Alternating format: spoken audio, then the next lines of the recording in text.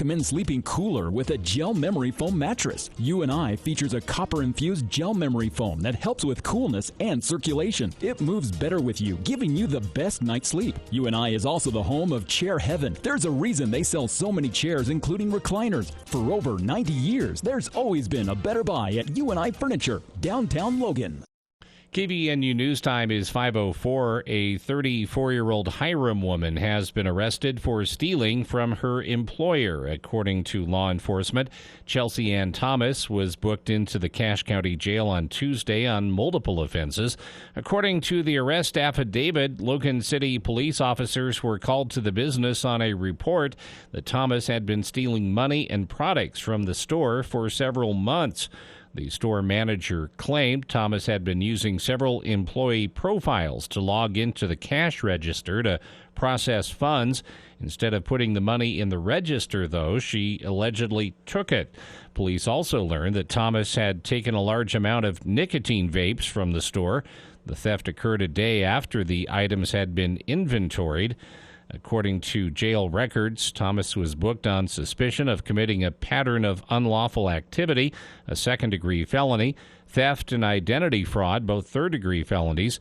She was later released pending formal charges in First District Court in Logan. And Utah has gone through a record-setting winter and a cool, wet spring. The moisture has left vegetation lush and green at a time when things normally start to turn brown. But a coming change in the weather pattern will start to dry things out. Carl Hunt, a spokesperson for the Utah Division of Forestry, Fire, and State Land, says they're seeing a little bit below average fire activity compared to recent years, but they are definitely drying out. Much of the drying out process has occurred in southern Utah, where a fire near Hurricane on Monday threatened homes. As warm temperatures envelop northern Utah for the foreseeable future, experts said things will dry out up here as well. Utah officials are emphasizing their Fire Sense campaign in an effort to avoid human-caused wildfires. KVNU News Time is 5:07. For more details on these and other stories, visit CacheValleyDaily.com. I'm Larry Gelwigs, the getaway guru for Morris Columbus Travel and Norwegian Cruise Line with Europe on sale. Cruise Europe with free airfare. The first guest pays a discounted air and your second guest flies absolutely free. And ask about free drinks and free Wi-Fi. Europe with free airfare. Call Morris Columbus Travel. Come on and get away, Morris Columbus.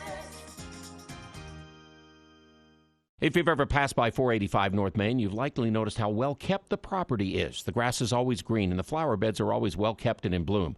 What you see on the outside is exactly what you'll find inside. Care and attention to detail. Exactly what you want when you're dealing with one of your most important senses, your hearing. Dr. Daines' love and care for the community has always gone beyond the front steps at Cache Valley Hearing and Audiology. So if you're not hearing as well as you used to, stop in at 485 North Main in Logan or visit them online at cachehearing.com. The Above and Beyond Salute. This is Jeff. Jeff Jenkins. My name is Will Feelright. Somebody who knows you contacted our radio stations, told us about how you were recently recognized as one of the firefighters of the year. Yes, that is right. How long have you been with the fire department? I've been with Richmond for about 20 years, and I've been in Smithfield for about 5. We just want to tell you thank you by giving you a $40 gift card to Firehouse Subs. How's that? That'd be great. Recognizing first responders and other deserving individuals in our community. Friday mornings at 8:30 on News Talk KVNU.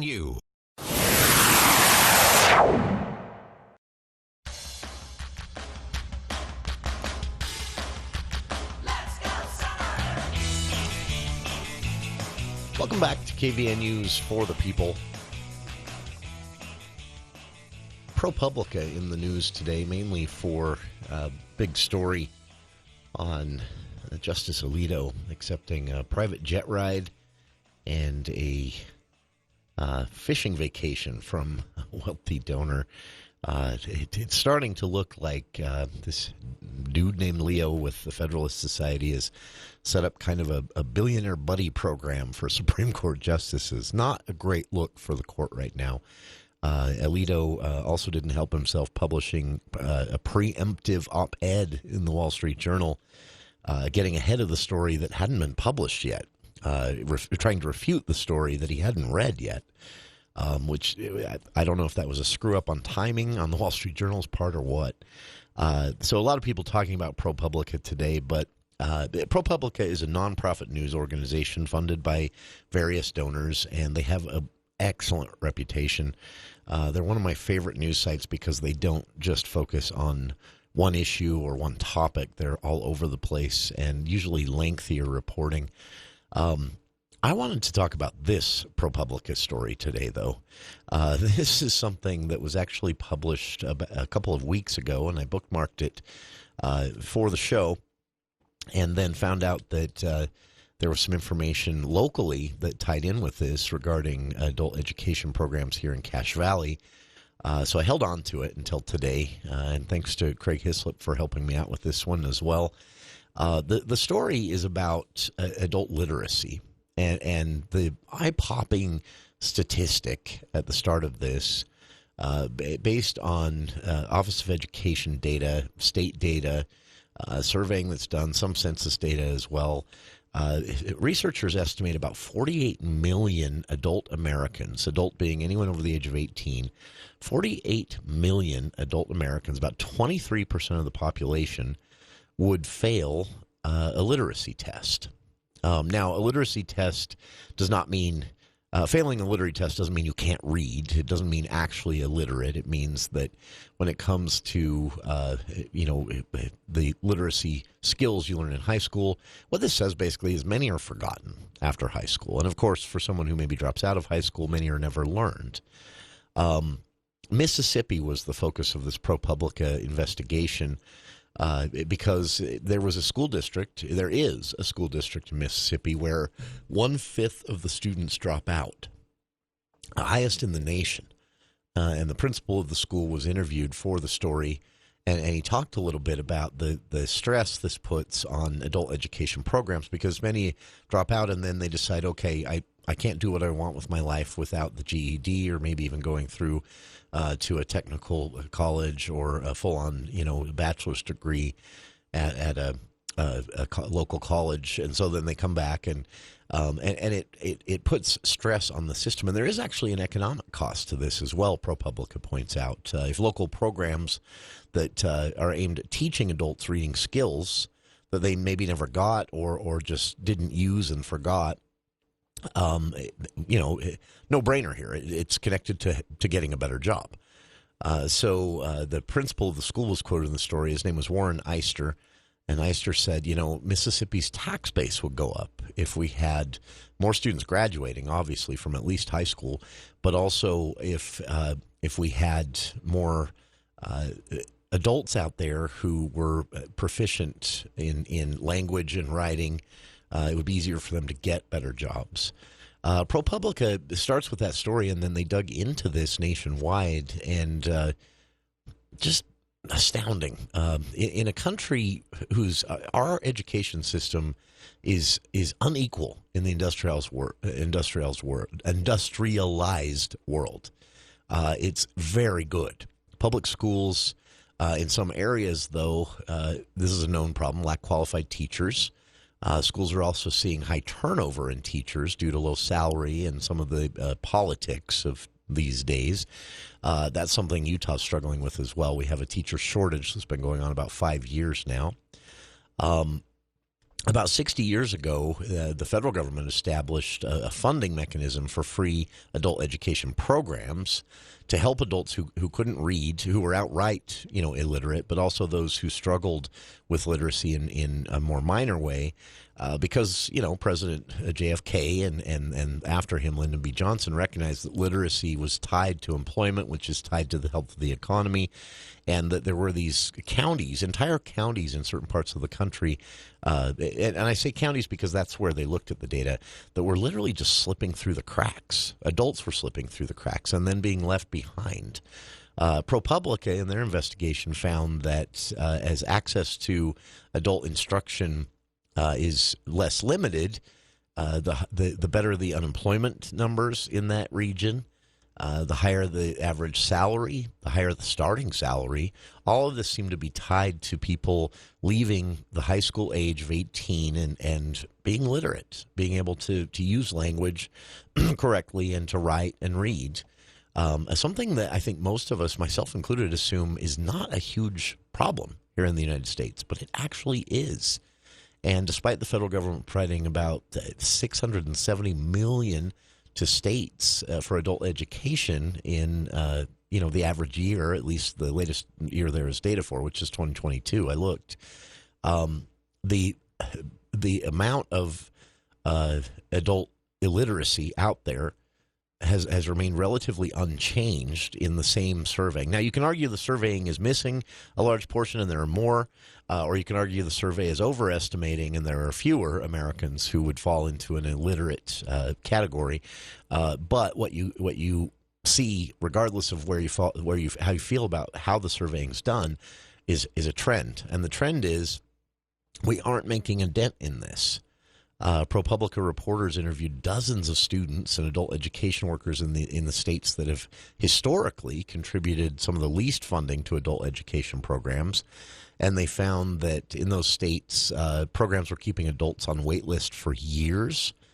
They were unable to meet the demand. People were signing up, but they didn't have enough instructors to actually conduct the classes. Mississippi was one of these states.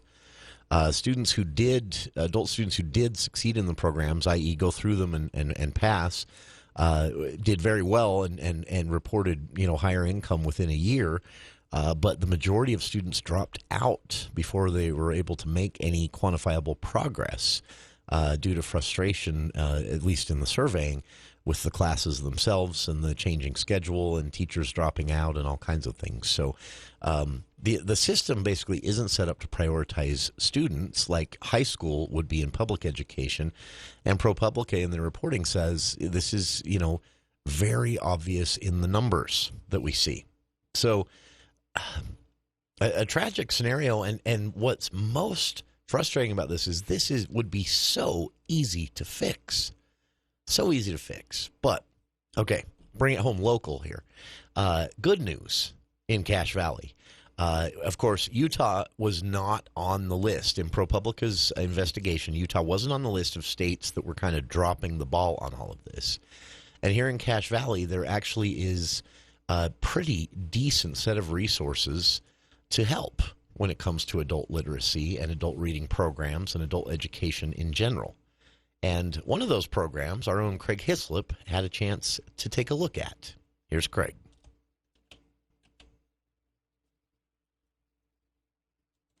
Well, thank you, Jason. There are estimates that many thousands of children and adults in northern Utah struggle to read and write. Bridgerland Literacy, which is part of the Institute for Disability Research Policy and Practice up at USU, is now putting tutors, and has for a while, in Valley libraries to help people deal with these challenges. If you can't read, obviously it can affect everything in your life.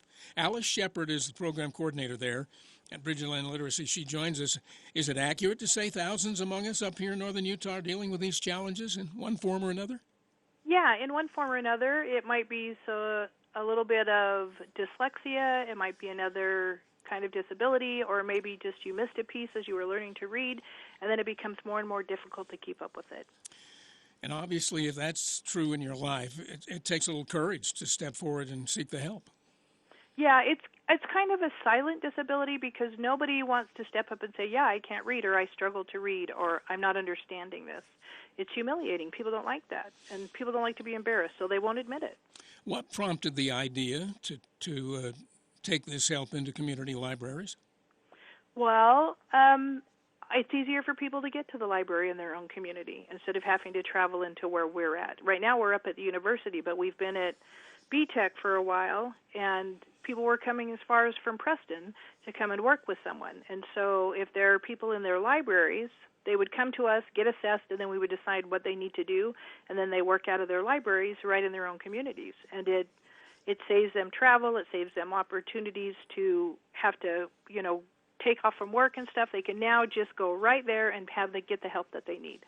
Well, I'm sure that working with each new learner, the challenges differ a little. How long does it take to help young people, and maybe some of us that are not so young, to become proficient and confident readers and writers?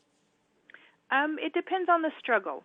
So once we do the assessment, we know where the difficulty is. We can start putting those pieces back in. For some, it just is a little bit of help and a little bit of information totally opens their eyes, and they're ready to roll within, say, 2 to 6 months. Others, it might take a couple of years. Some, it might be a language issue. They've come from another country, and they have a degree in that country, but they come here, and the uniqueness of English makes it hard for them to comprehend it. And so we just start working on putting those key pieces back in so that they can do it. But it depends on the individual and the struggle they face. Yeah, there's a video at the Bridgerland Literacy website with a young lady from another country helping her to read and write in another language. Must have been a unique challenge, but you can see in her demeanor that she's got it down, and I'm sure it's changed her life. It has. There was another story, a 72-year-old man who had apparently not had contact with his daughters for decades, came in, got some help, and wrote them letters after 30 years and established that communication again. That's pretty dramatic. It is, but if you can't write or you can't read really well, it affects your relationships. It affects work. It affects your health care. It affects your children. If an adult can't read and they have young children, who helps them with their homework? And if that's the case, then the children go back struggling into school. So 72% of children whose parents don't read well will struggle with reading also. That's a huge number of children who need help that their parents can't give them. Wow. And people don't want to admit that they can't read or that they're struggling with it. Well, think about it. You sign up for employment, you take a driver's test, you read instructions for medications. You have to be able to read. Yeah. Well, and some of the manufacturing companies around here in this valley, in order to make a promotion or to get a promotion or to apply for a new job, you have to be able to take a test. Yeah. And if you can't read that test or can't read it well enough that you can pass, then you don't get that opportunity, do you? That's right. Alice Shepard is working at Bridgerland Literacy, and some are listening to us now might have a loved one who needs this help. How can they get it? We have a website. It's beliterate.org, and all of our information's there. Or you can call up to the IDRPP and ask Dave Clark for Bridgerland Literacy, and they will send you right to me. Alice, this is great work that you all do there. I want to thank you for helping us understand this service and going on in rather short notice to put this news out. Well, thanks for the opportunity. We appreciate it. Let's get back to Jason and Bill now. Thank you, Craig and Alice. And I've had the opportunity in the past to be a part of some of the work of Bridgerland Literacy. I was invited years and years ago to teach a class on computer literacy and being safe online. And I got to tell you, the folks involved really care about what they do. But what was even more fun for me was meeting the adults in this class, meeting people who, people who were just looking for a leg up to get better employment, others who are struggling in general with new technology and the digital world we live in, which is reading based, and age ranges from 21 to 38, if I'm remembering correctly, and it was so great to learn their stories and really inspiring to see how dedicated they were to taking a step to improving their lives in this way. So check them out. If you know someone who might benefit, let them know about the resources. If you yourself are looking for, brushing up on literacy skills, or if you find yourself falling, behind on some of this in a way that's holding you up in life, beliteracy.org is the website again. Thanks again to Craig and Alice for joining us. If you'd like to read the ProPublica piece I talked about at the start of the hour, I've linked to that on our Facebook page, along with that Bridgerland Literacy website, beliteracy.org. You can find them both at facebook.com/KVNUFTP. And we'll be back with more of For the People right after this.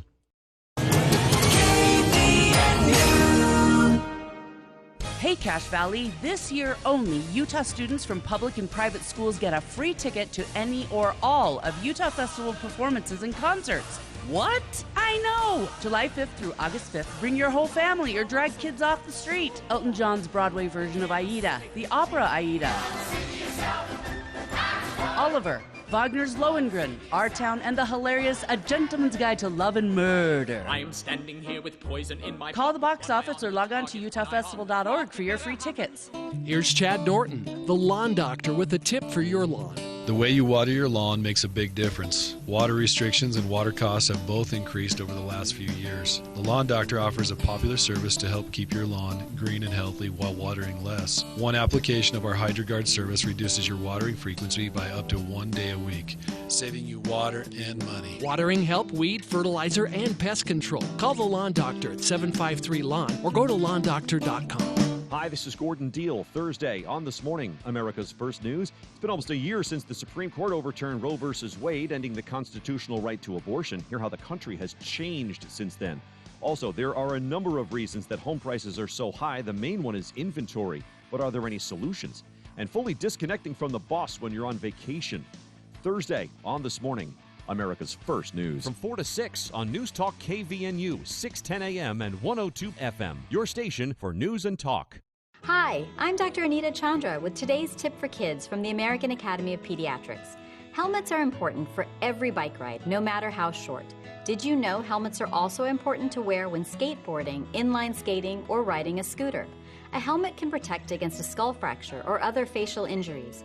Look for a helmet that fits correctly and that's certified for safety. Make sure you and your child wear a helmet every time. For more, visit healthychildren.org or talk with your pediatrician.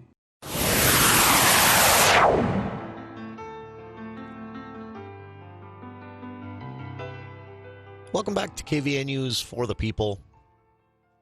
Just a quick note on this. There are a lot of details to be worked out still, but if you followed politics here in Utah, you've probably, to some extent at least, been exposed to the fight over the Bears Ears National Monument, first designated by Obama, rescinded by Trump, at least most of it taken away by Trump, reinstated by Biden, lawsuits all around this from tribes that are suing the Trump administration.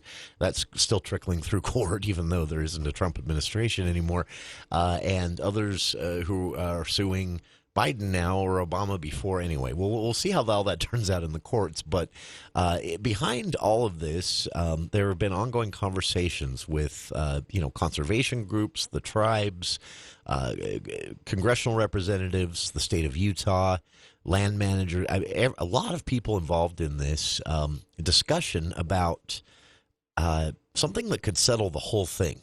And it was announced this week by Representative John Curtis from Utah's 3rd Congressional District that, a deal hasn't been reached, but a bill was introduced today, and you can read it via the link on our Facebook page, a bill that would propose a land swap. It's complicated. The STITLA, the school trust organization here in Utah, owns some land that is kind of scattered throughout what is now the Bears Ears National Monument.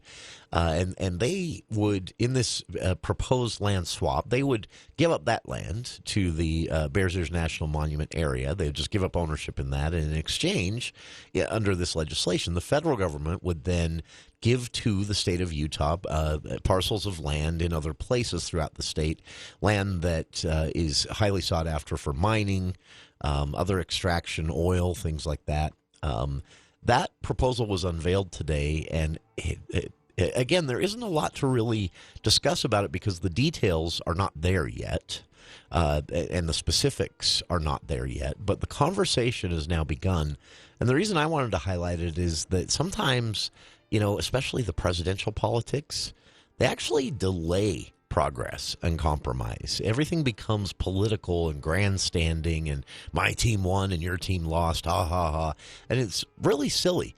And if you remember that some stuff like this is possible, Congress working with states, regardless of who has the majority, because this conversation started when Democrats had the majority. Now Republicans have at least the House majority. It proves that work can actually still be done when we're not getting caught up in the theater of the presidential races and more. So check it out. I've linked to it on our Facebook page. Hats off to Representative John Curtis for spearheading this, and we'll see where it goes. But that whole fight over the Bear Ears National Monument, we didn't need to have it in the first place, and this legislation proves it. Those who support a national monument would get that at the size that they want it, the tribes basically, and Utah would get what it wants, which is land they can drill and extract oil from, just in other places. Adulthood is still a thing, I guess, in Congress, occasionally. Check it out. I've linked to it on our Facebook page. Now a look at the news with KVNU's Bill Walter.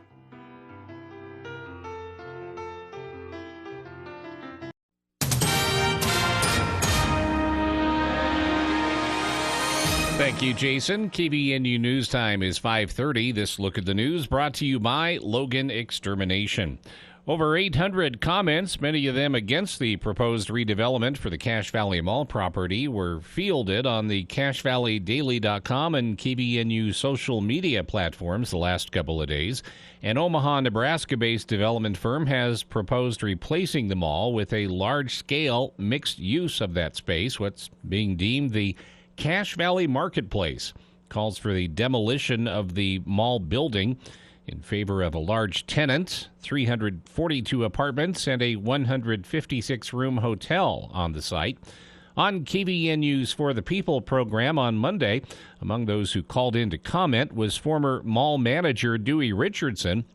He managed the Cache Valley Mall from 2005 to 2017. He said those years were a fun time. The thing that I was going to share today is that in 2013, I did a case study on what are the next steps for our shopping center. Everybody in our company did that for their particular shopping center. Oh, wow. And what's ironic about this is that what they're proposing today is similar to what I had come up with in 2013 as a case study. And I'm not saying that I'm smart. I'm just saying that that's what all the indications were, how the center was going, our strengths, weaknesses, so forth. With that said, he says he thinks what is being proposed is a great idea, but he's somewhat worried about that their plans are not quite inventive enough. He agrees somewhat with some of the suggestions from the feedback received to incorporate recreation into the site. Richardson said when he did his research at the time, that was indicated in the trends. Yes, and it was kind of at the beginning stages of that. One of the biggest things that I was promoting was an indoor soccer practice facility of some sort, because at that time the growth rate of soccer was so huge. Where do you play soccer in Logan in the winter?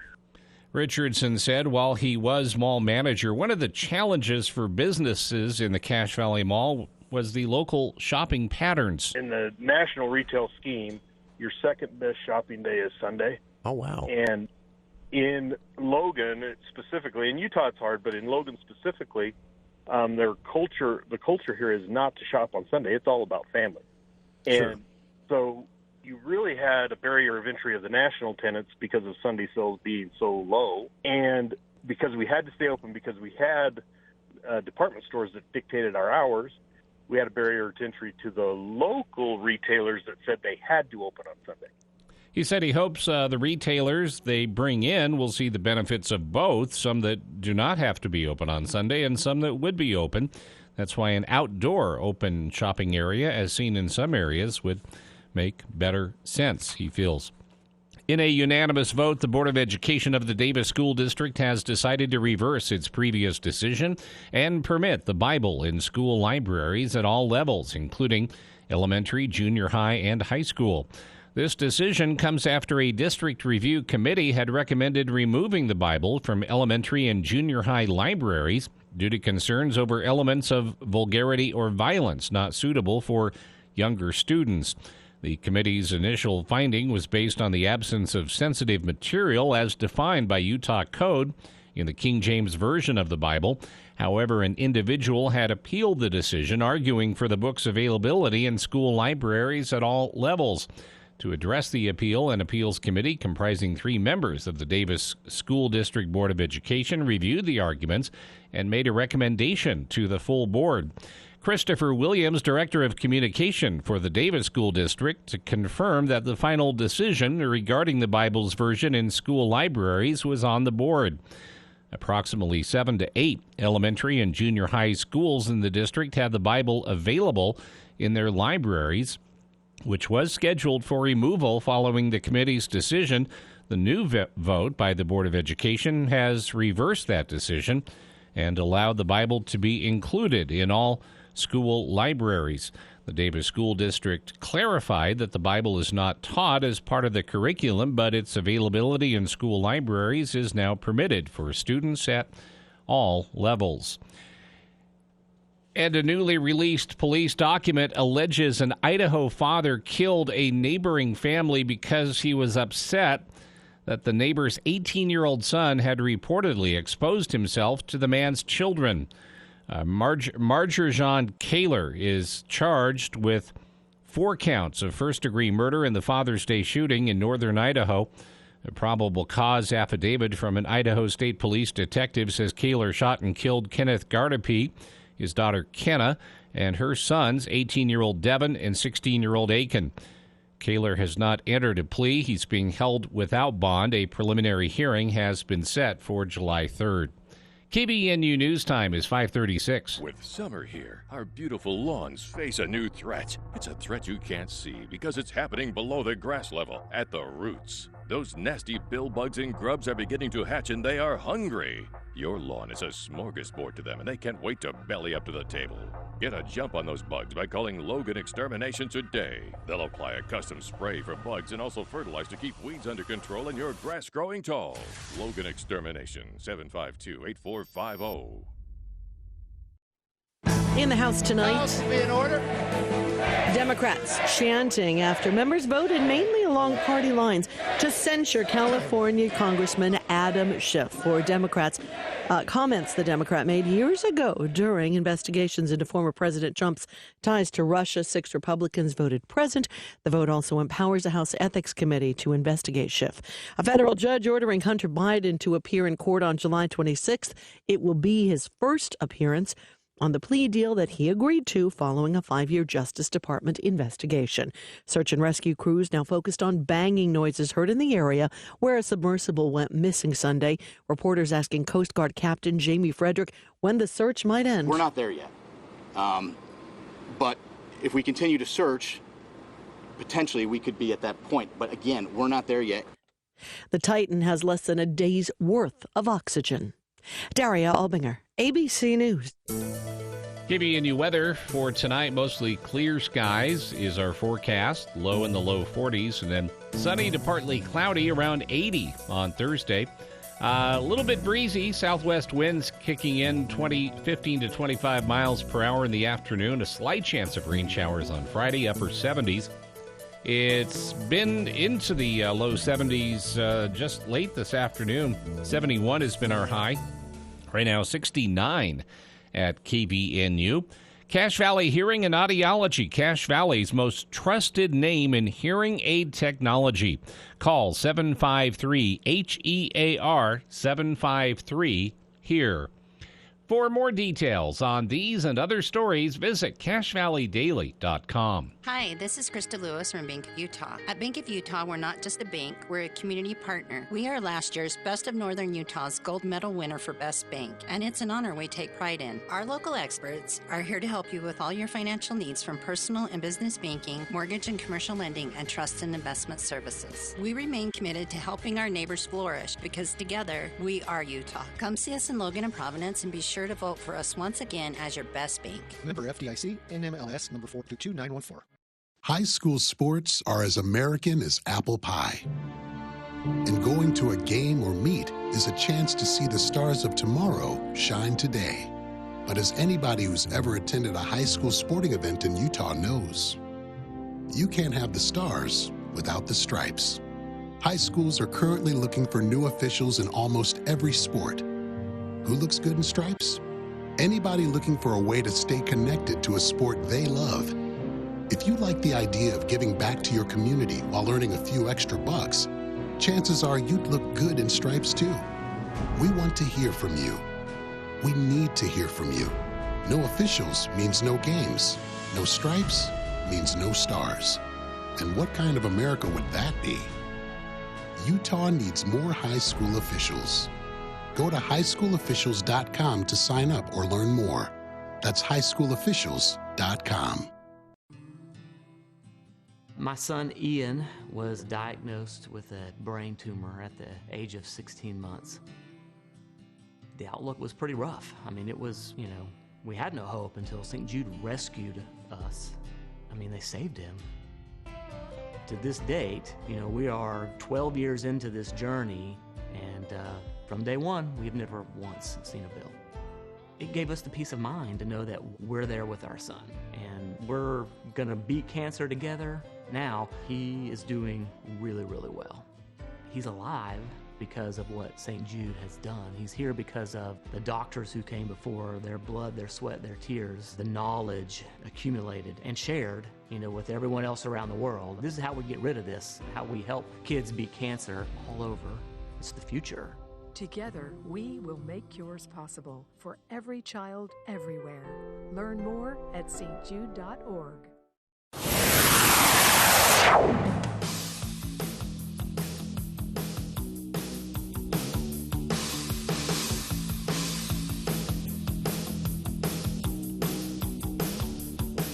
Welcome back to KVN News for the People.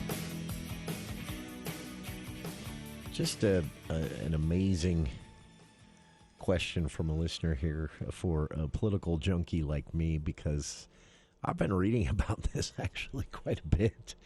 The question from a listener is, there's been talk kind of more recently than in previous years, but in previous times when it has come up, it like now kind of fizzled and gone nowhere. But talk of expanding things, like expanding the number of Supreme Court justices, expanding the number of representatives in the House of Representatives or the United States Senate. Now, on the federal level, not with the Supreme Court, and I think there is a reasonable debate to be had there. We've had more than we have now, 13. We've had less than we have now. And there's, I think, reasonable argument that unfortunately only comes up for political reasons, but a reasonable argument to be had for the court being underrepresentative right now at 9.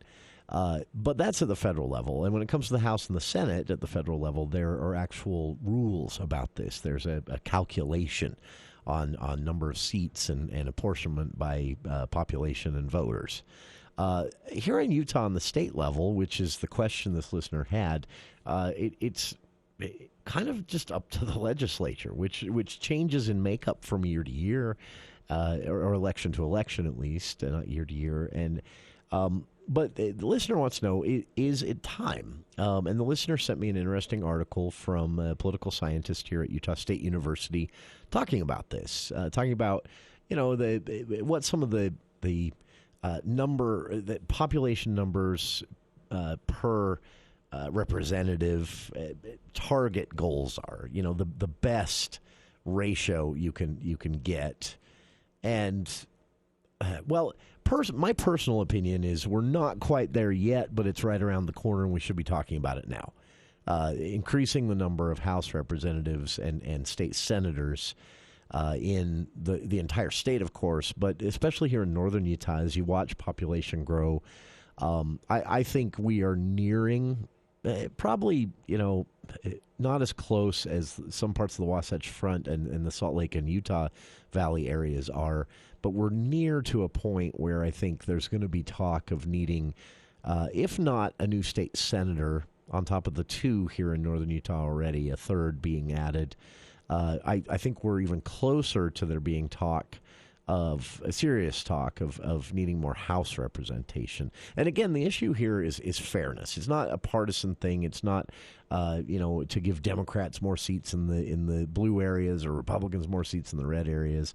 It's the redistricting, which is easily politicized and gerrymandered, which our legislature does every 10 years. This is a different kind of thing where it can be more simply approached. You just count the people in an area, you look at the number of House representatives for the state and say, not enough. And then, of course, a fight breaks out and a long discussion has to happen over where the new seats go. But to answer the listener's question, I personally don't feel that we're there yet, but we're close to there. But political scientist Adam Brown at BYU disagrees with me. And I'll be honest with you, he's smarter and better informed on these things than I am. I read a lot of political science because I'm a junkie, but he this is his job. This is his area of research and expertise. And he concludes something entirely different, which is that he says we're actually overdue in some areas of the state.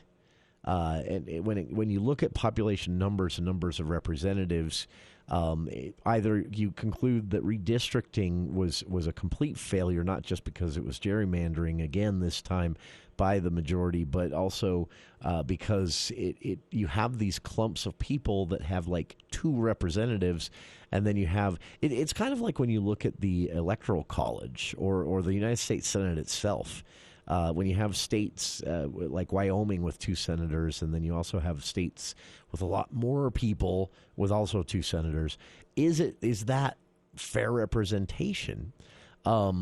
The argument usually is, well, yeah, that kind of balances things out, because then you don't have concentrated areas like the East Coast and the West Coast calling all the shots, because that's where most of the people in the country live.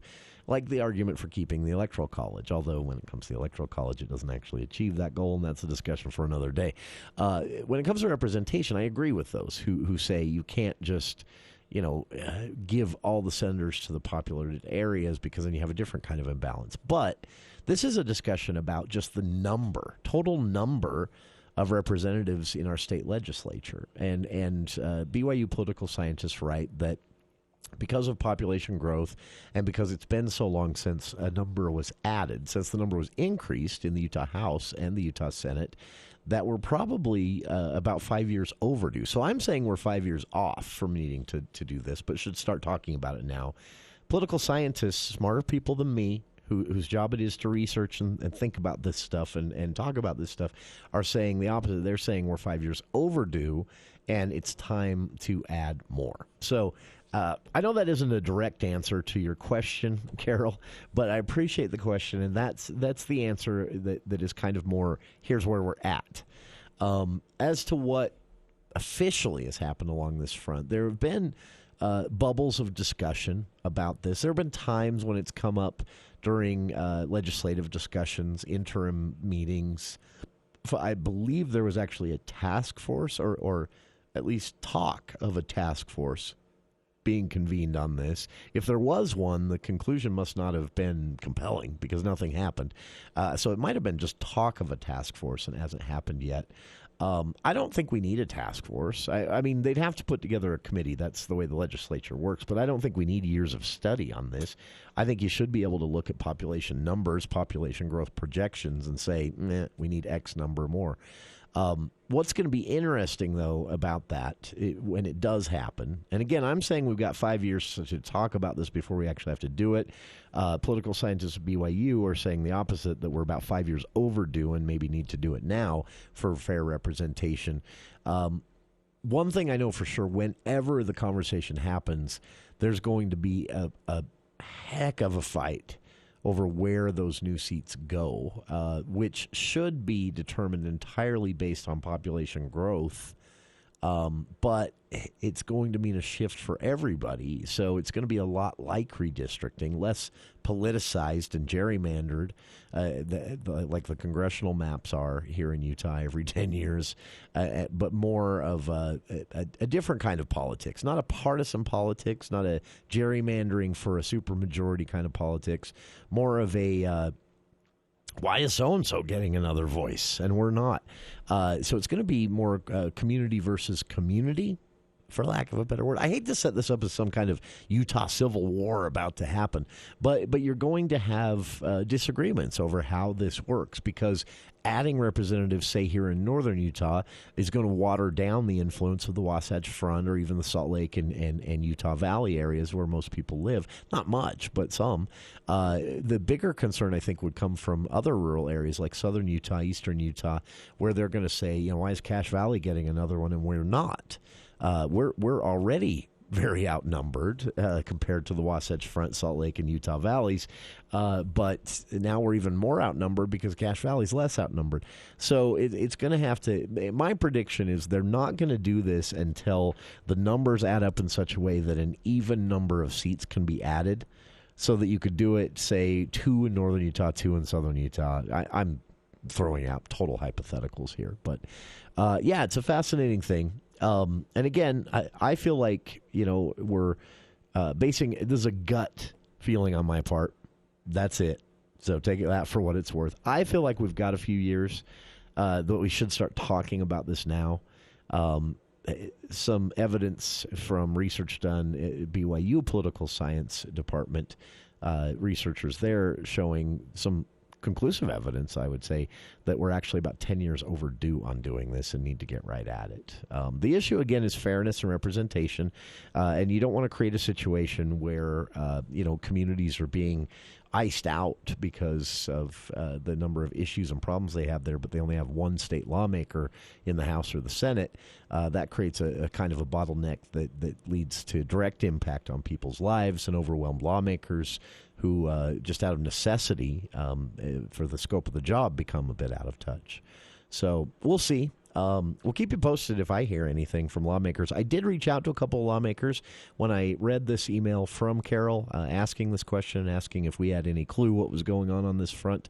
The lawmakers I spoke with said there are currently no serious discussions about this happening anytime soon, but did also recall, like I did, that it has come up. So kind of a half answer there for you. We'll be back with more of For the People right after this. Celebrate freedom this year in beautiful Bear Lake with country music star David Nail. David Nail performing live Monday, July 3rd at Heritage Park in Garden City. Bring your blankets and lawn chairs. Activities start at 4. Free concert at 7:30. Yes, it's free. Food, fun, and fireworks and live music by country star David Nail. Monday, July 3rd. Go to bearlake.org for more information. My friend John Hansen at the Duct Hunter has constantly educated you about the need for ductwork cleaning in your home. But what about your cabin or summer home outside the valley? You need that home's ductwork cleaned too. With high pollen counts in the mountains, dust always in the wind, and road construction ever present, the old adage of out of sight, out of mind is bad. Give the Duct Hunter a call at 770-4813 to clean out those dirty ducts in your summer home. We are the Duct Hunter. Breathe better, save money, protect your home. You're in the market to buy a home. You're dreaming of a new home that you can fill with new memories, but new homes just aren't in your budget. Or are they? Visionary Homes wants you to know you don't have to buy a used home. Buy new. Buy now at Visionary Homes. As a trusted award-winning Utah home builder, Visionary Homes understands that your home is the center of your life, bringing friends and family together, creating memories you'll cherish forever. Buy new, buy now at visionaryhomes.com. The landscaping season is now in full swing, and Canyon Landscaping is still booking for this season. For over 2 decades, Canyon Landscaping has been Cache Valley's leader of new and existing home landscaping projects. Spots are filling fast, so don't wait any longer for your outdoor living to become an extension of your home. To get your project going, request an appointment online at canyonlandscaping.com or call 752-3838. Let's get started on your yard. 752-3838. Canyon Landscaping. Look for the leaf. I'm Elizabeth Smart. Sexual exploitation and violence are unimaginable crimes that far too many people in our communities experience. In the U.S. alone, a person is sexually assaulted every 68 seconds. Every 9 minutes, that victim is a child. It's time these numbers change. Learn more about how you can join me in the fight against child sexual exploitation at malouffoundation.org. One smile is great, but one smile in a community of smiles is so much better. A smile has a secret power that most people don't know about. A smile multiplies. It spreads from one person to the next, stretching across entire groups of people. Smile Train knows this and is proud to be creating a wave of smiles across the cleft lip and palate community in over 70 countries. Patients, doctors, advocates, fundraisers. Collectively, our smiles are a celebration of the transformed lives of over 1.5 million children. Learn how Smile Train is helping the cleft lip and palate community at smiletrain.org/learn. Smile Train, changing the world one smile at a time. When you take a walk around your neighborhood and notice all the things that make it feel like home, like all the houses lined neatly together in a row, or your neighbor, Miss Rita, who always waves at you when you drive down the street, or that movie theater in the strip mall that might look a little worn down, but has the best popcorn you've ever tasted. One thing might be a little harder to notice, because somewhere tucked in that neat row of houses is hunger. It could be your next door neighbor, or your coworker, or your daughter's friend from school, because over 30 million Americans don't know where their next meal is coming from. Hunger lives in neighborhoods all around us, but it doesn't have to. At Albertsons Companies and Safeway Foundations, we are on a mission to provide 1 billion meals by 2030, because everyone should be welcome at the table. Learn more at nourishingneighbors.com. Let's break the cycle of hunger together. Hey, listen up. It's time to love your heart. Go to clevelandclinic.org/loveyourheart and learn what really matters to that lovable heart of yours.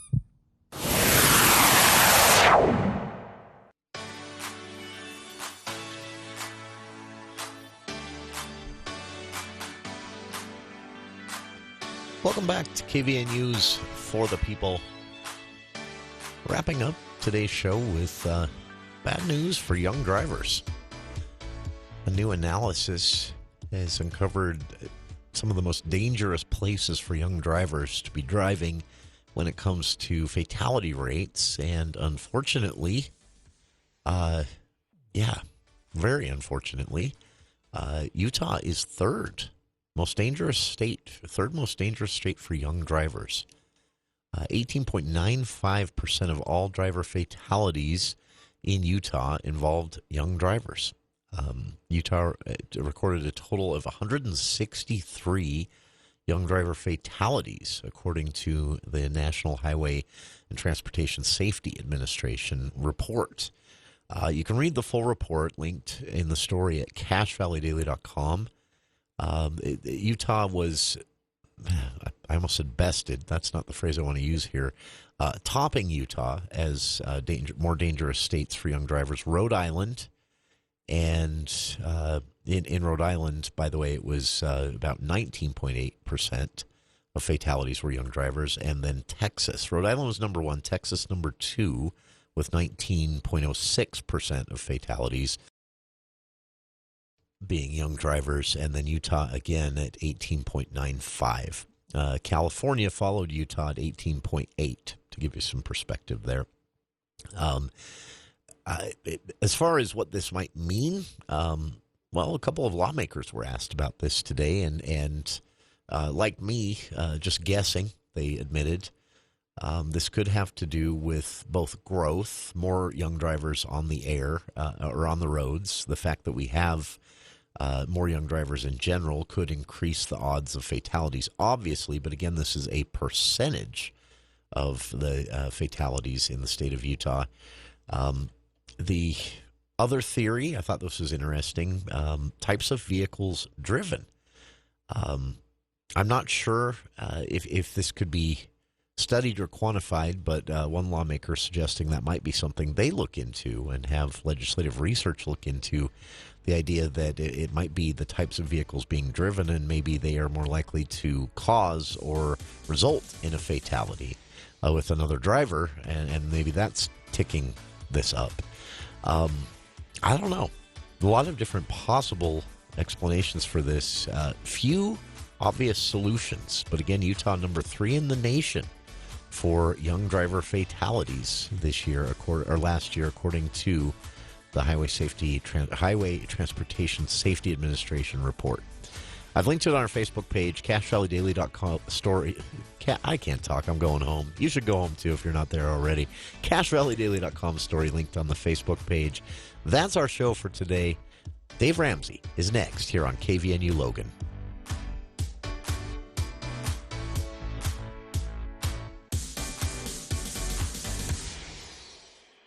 610 AM and 102 FM. Best part of my day. News Talk KVNU Logan. Proud to be locally owned and operated by the Cache Valley Media Group.